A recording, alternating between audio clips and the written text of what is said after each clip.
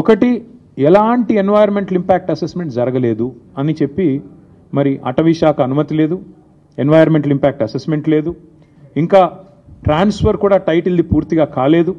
అయినప్పటికీ ఫైనాన్షియల్ ఇన్స్టిట్యూషన్స్ని వెంటనే ఆగమేఘాల మీద ప్రభావితం చేసి ప్రభుత్వ అధికారులు మరి మిస్లీడ్ చేసినారా, ముఖ్యమంత్రి వాళ్ళని డైరెక్ట్ చేసినారా తెలియదు, మరి ఒక భారీ ఆర్థిక నేరానికి పాల్పడ్డారు. ఎట్లా చేసినారు ఇది? ముఖ్యమంత్రి గారికి ఒక బీజేపీ ఎంపీ పూర్తి స్థాయిలో వెనుక ఉండి సహకరించి ఒక బ్రోకర్ కంపెనీని తీసుకొచ్చారు. ఆ కంపెనీ పేరు Trust Investment Advisers Private Limited అనే పేరుకు మర్చెంట్ బ్యాంకర్, బట్ చేసేది బ్రోకరేజ్. వారు ఈ కాన్సెప్ట్ వారికి చెప్పారు, మీకు ఎఫ్ఆర్బిఎంను బైపాస్ చేస్తూ మీకు డబ్బులు తెచ్చిస్తాము, మీరు దానికి గాను మాకు డబ్బులు ఇవ్వండి, ఆ తర్వాత మీ ఇష్టం ఉన్న వాళ్ళకు భూములు అమ్ముకోండి.